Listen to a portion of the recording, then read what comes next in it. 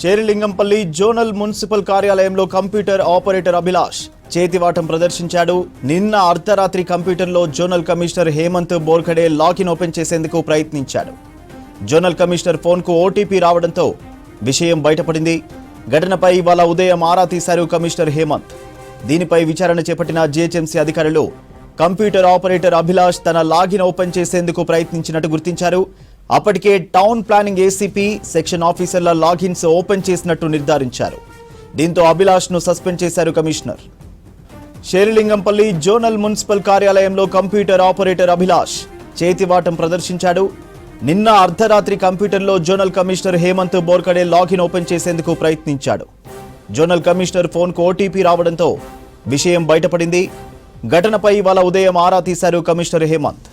దీనిపై విచారణ చేపట్టిన జీహెచ్ఎంసీ అధికారులు కంప్యూటర్ ఆపరేటర్ అభిలాష్ తన లాగిన్ ఓపెన్ చేసేందుకు ప్రయత్నించినట్టు గుర్తించారు. అప్పటికే టౌన్ ప్లానింగ్ ఏసీపీ సెక్షన్ ఆఫీసర్ల లాగిన్స్ ఓపెన్ చేసినట్టు గుర్తించారు. దీంతో అభిలాష్ను సస్పెండ్ చేశారు కమిషనర్.